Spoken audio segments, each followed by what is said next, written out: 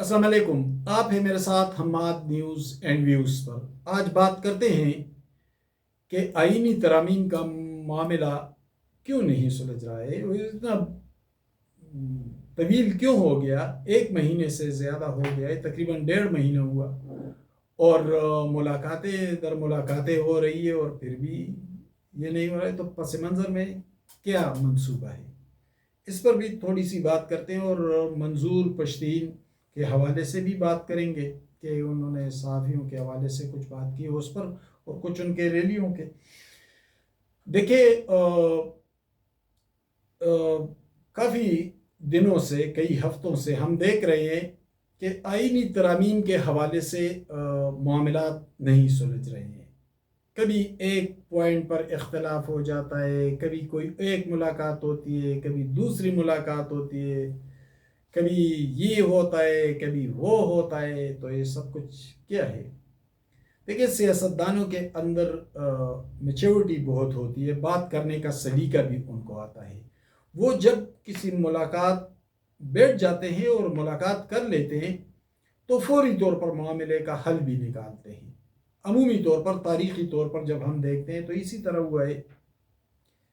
اور اس حوالے سے تو جو ٹاپ کے پولیٹیشینز ہیں، یعنی میاں نواز شریف، مولانا آصف زرداری صاحب، ان سب کے بارے میں یہ بات تو سب مانتے ہیں کہ ان کو بات کرنے کا سلیقہ بہت آتا ہے۔ تو پھر یہ لوگ اس کو نہیں سلجھانے میں ناکام ہو رہے ہیں، ورنہ ایک کوئی ڈرافٹ ہوتا آئینی ترامیم کا اور اس میں سے بعض نکات پر اختلاف ہوتا تو دوسری جماعت اپنے ریزرویشن دیتے کہ بھئی یہ ان نکات پر ہمیں تحفظات ہے، پوچھا جاتا کہ کیا تحفظات ہے، یہ ایسے ہونے چاہیے، اس پر مشاورت ہوتی اور دوسرے یا تیسرے دن ایک مشترکہ ڈرافٹ تیار ہوتا۔ لیکن یہ پھر کیوں نہیں ہو رہا ہے 1.5 مہینے سے؟ تو ہم نے ذرا ادھر ادھر تھاک جھانک کی کہ معاملہ کیا ہے۔ تو معاملہ یہ ہے کہ جب عمران خان کو بانس پر چڑھانے کا منصوبہ بنا ہائیبریڈ رجیم، تو اس وقت ایک میٹنگ میں طے پایا کہ میڈیا پر اپنے لوگوں کو بٹھا کر عمران خان کے حق میں نوجوانوں کو موڑا جائے اور عام لوگوں کو بھی۔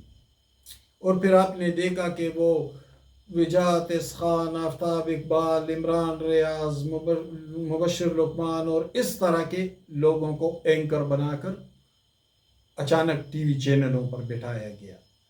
جب یہ لوگ ان ٹی وی چینلوں پر بیٹھے تو انہوں نے وہی بیانیہ جو انہیں تما دیا گیا تھا، وہی بیانیہ آگے بڑھانا شروع کیا اور پھر اسی بیانیے کو سوشل میڈیا نے بھی اڈاپٹ کر لیا اور پھر وہاں سے ایک نوجوان نسل کی بربادی کا آغاز بھی ہوا کہ وہ بن سمجھے نوجوان تھے، جذباتی تھے، حقائق سے دور تھے، سیاسی شعور تھا نہیں، کسی سیاسی جماعت کے کارکن رہے نہیں تھے اور وہ اسی دھارے میں بہہ گئے۔ پھر یہ سوچا گیا کہ اس کو اب کنٹرول کیسے کیا جائے۔ تو منصوبہ یہ ہے کہ پہلے الیکٹرانک اور پرنٹ میڈیا پر ذرا توجہ دی جائے اور وہاں پر معاملات کو موڑا جائے۔ وہ جو روایتی اس کا ٹرینڈ تھا نا، تو اس کو ذرا ڈائیورٹ کیا جائے۔ تو اس کو ڈائیورٹ کرنے کے لیے آئینی ترامیم کا معاملہ سامنے لایا گیا، ورنہ یہ پہلے بھی ہوتا رہا، پارلیمنٹ پہلے بھی مشاورت کرتی رہی۔ تو ان معاملات پر اس کو وہ جو روایتی انداز اپنایا گیا تھا اس کو ڈائیورٹ کرنے کے لیے آئینی ترامیم سامنے رکھے گئے اور پھر مولانا جا رہے ہیں نواز شریف کے ساتھ، بلاول جا رہے ہیں مولانا کے پاس، پی ٹی آئی کا وفد جا رہا ہے نواز شریف مولانا سے ملنے۔ اس طرح کی ہر وقت ہر لمحہ ایک ہلچل والی خبریں تراشی گئی۔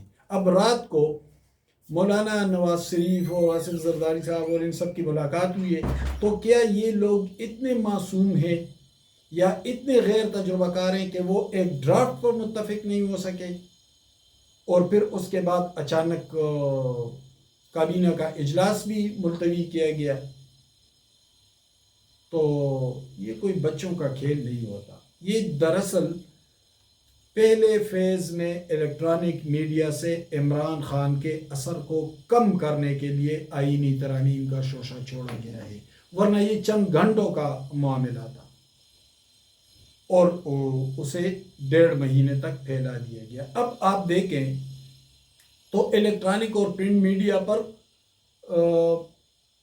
ایک بڑے یعنی جو ریشو ہے اس خبر کی آئینی ترامیم کے حوالے سے، وہ پی ٹی آئی سے کئی 80% زیادہ ہے الیکٹرانک اور پرنٹ میڈیا پہ.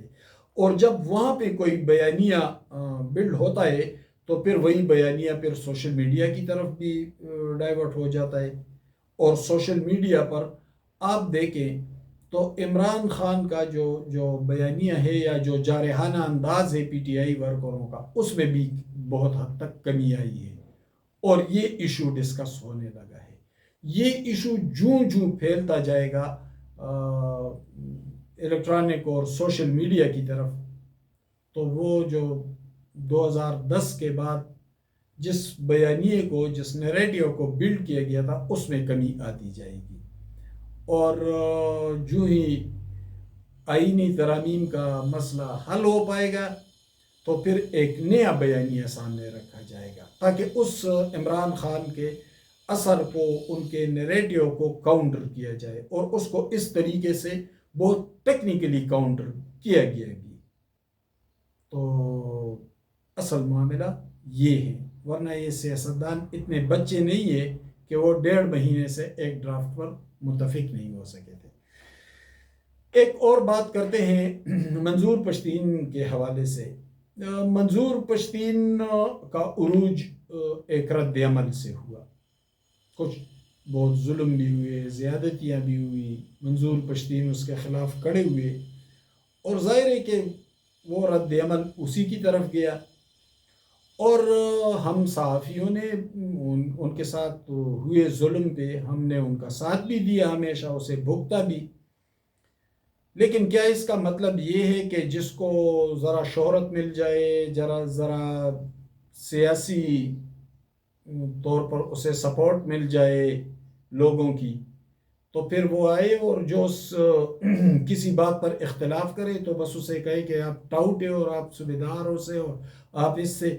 منظور پشتین نے ٹویٹ کیا تو بھائی آپ ذرا ریکارڈ چیک کر لیں، آپ کے ساتھ ہم کھڑے تھے اور اسے ہم نے بھگتا بھی.